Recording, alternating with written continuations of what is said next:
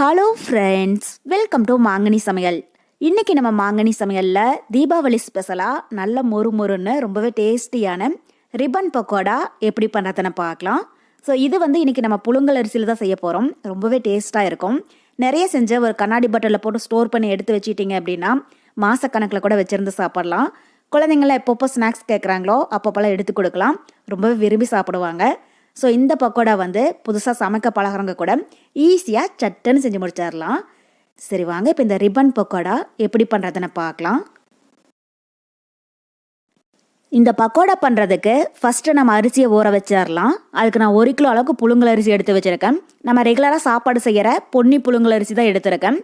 இந்த பக்கோடாவுக்கு இது மாதிரி நம்ம புழுங்கல் அரிசி இல்லைன்னா இட்லி அரிசி, கார அரிசின்னு சொல்லுவோம் இல்லையா, அது யூஸ் பண்ணிக்கோங்க. அப்போ தான் பக்கோடா கடுக்கடுக்குன்னு இல்லாமல் நல்ல மொறு மொறுன்னு ரொம்பவே டேஸ்ட்டாக இருக்கும். பச்சரிசி யூஸ் பண்ணாதீங்க. இது மாதிரி புழுங்கல் அரிசி இல்லைன்னா இட்லி அரிசி யூஸ் பண்ணிக்கோங்க. இப்போ இந்த அரிசியை இது மாதிரி தண்ணி விட்டு 2-3 டைம் நல்லா கழுவி எடுத்துக்கோங்க.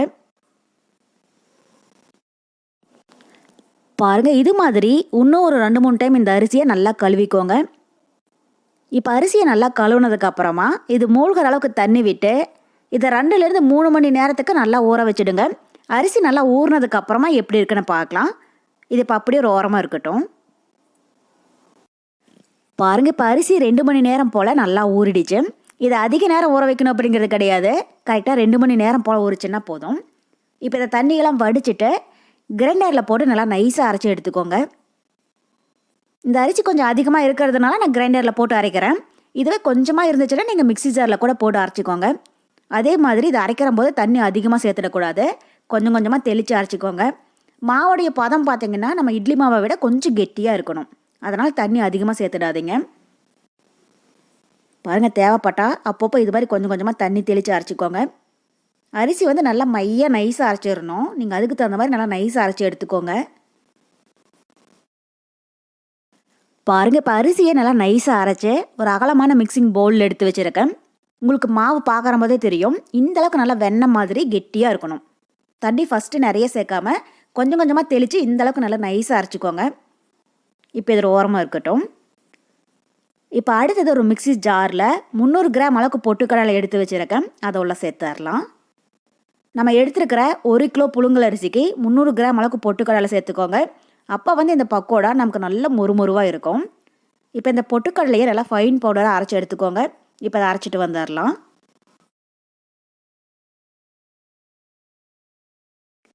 பாருங்கள், இப்போ பொட்டுக்கடலையை அரைச்சி எடுத்தாச்சு. இது மாதிரி எந்த அளவுக்கு நல்லா நைஸாக அரைக்க முடியுமோ அதுக்கு தகுந்த மாதிரி அரைச்சிக்கோங்க. இப்போ இதை ஒரு சல்லடையில் கொட்டி நல்லா சலிச்சு எடுத்துக்கலாம். அதுக்கு ஒரு அகலமான பராத்தில் இது மாதிரி சல்லடையை வச்சுட்டு அதில் மாவை கொட்டி நல்லா சலிச்சுக்கோங்க. இந்த பொட்டுக்கடலை மாவு அப்புறம் அரிசி மாவு இது ரெண்டுமே கொஞ்சம் கூட குருணை இல்லாமல் நைஸாக இருக்கணும். அப்போ தான் ரிப்பன் பக்கோடா நம்ம எண்ணெயில் போட்டு பொரிக்கிற போது பிரிஞ்சு போகாமல் இருக்கும். அதனால் சின்ன கண்ணு இருக்கிற சல்லடையில் வச்சு சலிச்சுக்கோங்க. பாருங்கள், இது மாதிரி சின்ன சின்னதாக கட்டி ஏதாவது விழுந்துச்சுன்னா கூட நல்லா உடச்சி விட்டு சலிச்சுக்கோங்க. இப்போ பொட்டுக்கடலை மாவை சலிச்சாச்சு. கடைசியாக அடியில் கொஞ்சமாக குருணை நின்று இருக்குது. இது நமக்கு தேவையில்லை, ஒரு ஓரமாக எடுத்து வச்சிடலாம். இது மாதிரி பொட்டுக்கடலை மாவு எல்லாத்தையுமே நல்லா சலிச்சு இதை தனியாக ஒரு ஓரமாக எடுத்து வச்சுடுங்க. இது இப்போ அப்படியே ஒரு ஓரமாக இருக்கட்டும். இப்போ அதே மிக்ஸி ஜாரில் 200 கிராம் அளவுக்கு பூண்டு நல்லா சுத்தம் பண்ணி எடுத்து வச்சுருக்கேன். இப்போ இதை உள்ள சேர்த்துடலாம். ஸோ நான் நாட்டு பூண்டு பயன்படுத்துகிறேன். நம்ம எடுத்துருக்கிற 1 கிலோ புழுங்கல் அரிசி 300 கிராம் பொட்டுக்கடலைக்கு 200 கிராம் அளவுக்கு பூண்டு சேர்த்துக்கோங்க. பக்கோடா நல்ல மணமாகவும் ருசியாகவும் இருக்கும். உங்களுக்கு ஒரு வேளை பூண்டு அதிகமாக வேண்டாம் அப்படின்னு நினச்சிங்கன்னா இதில் பாதி அளவுக்கு மட்டும் ஆட் பண்ணிக்கோங்க. இல்லை பூண்டுடைய ஸ்மெல் பிடிக்காது அப்படின்னாலும் இதை ஸ்கிப் பண்ணிடலாம். ஆனால் இந்த பக்கோடாவுக்கு நீங்கள் பூண்டு சேர்த்து செஞ்சு பாருங்கள். அதனுடைய மணமும் சுவையும் அவ்வளோ ரொம்ப நல்லா இருக்கும். வீட்டில் எல்லோரும் ரொம்ப ரொம்ப விரும்பி சாப்பிடுவாங்க. இப்போ இது கூடவே 1 டேபிள் ஸ்பூன் சீரகம் சேர்த்துக்கோங்க. அப்புறம் கொஞ்சமாக தண்ணி விட்டு இதை எந்த அளவுக்கு நல்லா நைஸாக அரைக்க முடியுமோ அதுக்கு தகுந்த மாதிரி அரைச்சி எடுத்துக்கோங்க. தேவைப்பட்டால் அப்பப்போ கொஞ்சமாக தண்ணி விட்டு அரைச்சிக்கோங்க. இப்போ இதை அரைச்சிட்டு வந்துடலாம். பாருங்கள், இப்போ பூண்டு அரைச்சி எடுத்தாச்சு. இது மாதிரி கொஞ்சமாக தண்ணி விட்டு நல்லா கெட்டியாக அரைச்சி எடுத்துக்கோங்க. இப்போ இந்த பூண்டை கையில் எடுத்து பார்த்தீங்க அப்படின்னா இந்தளவுக்கு நல்லா நைஸாக இருக்கணும். பூண்டோ சீரகமாக கொஞ்சம் கூட கையில் தடப்படக்கூடாது.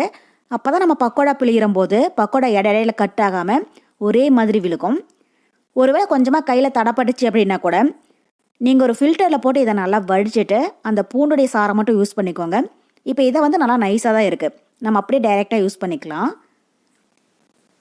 இப்போ அடுத்தது நம்ம அரைச்சி வச்சுருக்கிற அரிசி மாவோட சளிச்சு வச்சுருக்கிற பொட்டுக்கடலை மாவை உள்ளே சேர்த்துடலாம்.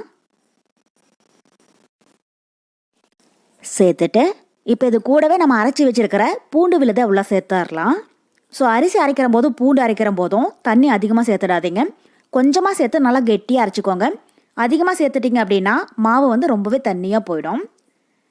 இப்போ இது கூடவே 1 டேபிள் ஸ்பூன் கருப்பு எள் எடுத்து வச்சுருக்கேன், அதை உள்ள சேர்த்துடலாம். கருப்பு எள் இல்லைன்னா வெள்ளை எள் ரெண்டுலையும் எது வேணாலும் யூஸ் பண்ணிக்கோங்க.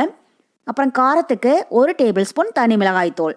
குழம்பு மிளகாய்த்தூள் மாதிரி யூஸ் பண்ணக்கூடாது, தனி மிளகாய்த்தூள் நான் 1 டேபிள் ஸ்பூன் சேர்க்குறேன். நீங்கள் உங்கள் காரத்துக்கு தகுந்த மாதிரி கூட்டி குறைச்சி ஆட் பண்ணிக்கோங்க. அப்புறம் 1/2 டீஸ்பூன் பெருங்காயத்தூள் சேர்த்துக்கோங்க. கடைசியாக இதுக்கு தேவையான அளவு உப்பும் சேர்த்துடலாம். சேர்த்துட்டு இப்போ இந்த மாவை கை வச்சு நல்லா பிசைஞ்சுக்கோங்க. எல்லா பொருளும் மாவோட நல்லா சேர்ந்து வர மாதிரி. தண்ணி எதுவும் சேர்த்துடாதீங்க, நம்ம அரிசியில் இருக்கிற ஈரப்பதமே போதும். பாருங்கள், இப்போ ஒரு 3 நிமிஷம் போல் மாவை நல்லா பிசைஞ்சாச்சு. இப்போ இந்த அளவுக்கு மாவை நல்லா பிசைஞ்சிட்டு கொஞ்சமாக மாவை டேஸ்ட் பண்ணி பாருங்கள். உங்களுக்கு ஒருவேளை உப்பு காரம் குறைவாக இருந்தாலும் நீங்கள் கொஞ்சமாக ஆட் பண்ணிக்கோங்க. இப்போ மாவோடைய பதம் உங்களுக்கு பார்க்குற போதே தெரியும், நம்ம எப்பயுமே முறுக்குக்கெல்லாம் பிசைறதை விட கொஞ்சம் சாஃப்டாக இருக்குது. அதே மாதிரி கையில் கொஞ்சம் கூட ஒட்டவே இல்லை. பாருங்கள், இந்த அளவுக்கு இருக்கணும். இப்போ இதில் ஒரு 3 டேபிள் ஸ்பூன் அளவுக்கு எண்ணெயை நல்லா சூடுபடுத்தி எடுத்து வச்சுருக்கேன், அதை உள்ளே சேர்த்துடலாம். இப்போ எண்ணெய் உள்ளே சேர்த்ததும் இது உடனே கை வச்சு பிசைய முடியாது, சூடாக இருக்கும். இது லைட்டாக ஆறுனதுக்கப்புறமா கை வச்சு இது மாதிரி நல்லா பிசைஞ்சிக்கோங்க. நீங்கள் இது மாதிரி எண்ணெயை சூடுபடுத்தி சேர்க்கறதா இருந்தாலும் சேர்க்கலாம், இல்லைன்னா அதுக்கு பதில் 2 டேபிள் ஸ்பூன் அளவுக்கு வெண்ணெய் கூட யூஸ் பண்ணிக்கோங்க. அப்போ தான் பக்கோடா சாப்பிட்ற போது கடுக்கடுக்குன்னு இல்லாமல் நல்லா மொறுமொறுன்னு சாஃப்டாக இருக்கிற மாதிரி ஒரு ஃபீல் கிடைக்கும். பாருங்கள், இப்போ ரிப்பன் பக்கோடாவுக்கு மாவு தயாராகிடுச்சு. இப்போ இதை முறுக்குப்படியில் சேர்த்துடலாம். இப்போ முறுக்குப்படியில் நான் ரிப்பன் பக்கோடா அச்சு போட்டு எடுத்து வச்சுருக்கேன். இப்போ இதில் கொஞ்சமாக எண்ணெய் தடவி விட்டுக்கோங்க. அப்போ வந்து மாவு முறுக்குப்படியில் ஒட்டாமல் ரிப்பன் பக்கோடா பிழியறதுக்கு ரொம்பவே ஈஸியாக இருக்கும். இப்போ இதில் நம்ம ரெடி பண்ணி வச்சுருக்கிற மாவை கொஞ்சமாக எடுத்து உருட்டிட்டு உள்ளே சேர்த்துடலாம். பாருங்கள், இது மாதிரி முறுக்குப்படியில் மாவு நிறைய சேர்த்துடாதீங்க, பக்கோடா பிழியறதுக்கு சிரமமாக இருக்கும். பாருங்கள், இது மாதிரி 3/4 இருக்கிற அளவுக்கு சேர்த்திங்கன்னா போதும். இது இப்போ கொஞ்சமாக பிழிஞ்சு பாருங்கள், மாவு வந்து கட் ஆகாமல் ஒரே மாதிரி விழுகணும். ஒருவேளை மாவு ரொம்பவே கெட்டியாக இருந்தாலும் கொஞ்சமாக தண்ணி தெளித்து பிசைஞ்சுக்கோங்க. ரொம்பவே இணக்கமாக இருந்தாலும் கொஞ்சமாக பொட்டுக்கடலை மாவு போட்டு பிசைஞ்சிங்க அப்படின்னா சரியாக போயிடும். இப்போ இது வந்து நமக்கு கரெக்டாக இருக்குது, ஒரே மாதிரி விழுகுது. இப்போ இந்த மீதி இருக்கிற மாவை இது மாதிரி ஒரு மூடி போட்டு மூடி வச்சுடுங்க, அப்போ தான் மாவு காயாமல் இருக்கும். இப்போ அடுத்தது நம்ம பக்கோடா பிழிஞ்சிடலாம். அதுக்கு ஒரு பேனில் தேவையான அளவு எண்ணெய் விட்டு நல்லா சூடுபடுத்திக்கோங்க. இப்போ எண்ணெய் சூடாயிடுச்சான்னு பார்க்குறதுக்கு கொஞ்சமாக மாவை உள்ளே போட்டு பார்த்தீங்கன்னா இது மாதிரி உடனே பொரிஞ்சு மேலே வரணும். இந்த அளவுக்கு எண்ணெய் வந்து நல்லா சூடாக இருக்கணும். இப்போ இதில் நம்ம பக்கோடா பிழிஞ்சிடலாம். ஸோ பக்கோடா பிழியும் போது எண்ணெயை நல்லா சூடுபடுத்திட்டு அதுக்கப்புறமா மீடியம் ஹீட்டில் வச்சுக்கோங்க, இல்லைன்னா அந்த எண்ணெயோட சூடு கையில் பட ஆரம்பிக்கும். ஸோ இந்த பக்கோடாவுக்கு சேஃபெல்லாம் வேண்டியது கிடையாது. இது மாதிரி ஒரே முறுக்காக பிழிஞ்சிட்டு அதுக்கப்புறமா நம்ம சின்ன சின்னதாக உடச்சி எடுத்துக்கலாம். இப்போ பக்கோடாவை எண்ணெயில் பிழிஞ்சதும் இதை உடனே திருப்பி விட்டுறாதீங்க. இது மாதிரி ஒரு சைடு லைட்டாக பொரிஞ்சு அந்த சலசலப்பெல்லாம் ஓரளவுக்கு அடங்கினதும் இதை அடுத்த சைடு திருப்பி விட்டுறலாம். ஸ்டவ் வந்து மீடியம் ஹீட்லேயே வச்சு வேக விடுங்க, அப்போ தான் மாவு வந்து உள்ளேயும் நல்லா பொரிஞ்சு வரும். ஹையில் இருந்துச்சு அப்படின்னா மாவு உள்ளே நல்லா வேகாது, சீக்கிரமாக கார் மாறிடும். லோ ஃப்ளேமில் இருந்தாலும் நமக்கு பக்கோடா எண்ணெய் குடிக்க ஆரம்பிச்சிடும். இப்போ இதை ஒரு சைடு லைட்டாக பொரிஞ்சதுக்கப்புறமா அடுத்த சைடு திருப்பி விட்டுறலாம். இது மாதிரி அப்பப்போ லைட்டாக கலந்து விட்டுட்டே இருங்க, அப்போ தான் சுற்றியுமே நல்லா கிறிஸ்பியாக பொரிஞ்சு வரும். இப்போ அடுத்த சைடு பொரிஞ்சதும் இதே மாதிரி 2 சைடும் நல்லா திருப்பி திருப்பி போட்டு வேக வச்சுக்கோங்க. பாருங்கள், இப்போ பக்கோடா 2 சைடும் நல்லா பொரிஞ்சு அந்த சலசலப்பெல்லாம் நல்லா அடங்கிடுச்சு. ரொம்பவே கலர் மாறிடக்கூடாது, இந்த அளவுக்கு அந்த சலசலப்பெல்லாம் நல்லா அடங்குச்சுன்னா போதும். இப்போ இந்த ஸ்டேஜில் இது எண்ணெயிலேருந்து வடித்து தனியாக ஒரு பிளேட்டில் எடுத்து வச்சிடலாம்.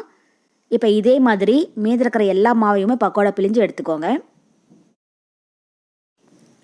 அவ்வளோதான், இப்போ நம்ம மொறு ரிப்பன் பக்கோடா ரொம்ப ரொம்ப சூப்பராக தயாராகிடுச்சு.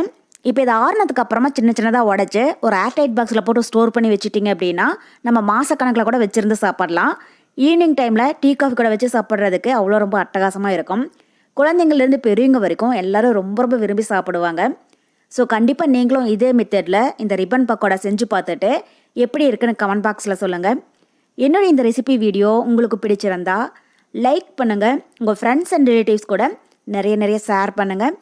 மறக்காமல் மாங்கனி சமையலுக்கு சப்ஸ்கிரைப் பண்ணுங்கள். நன்றி.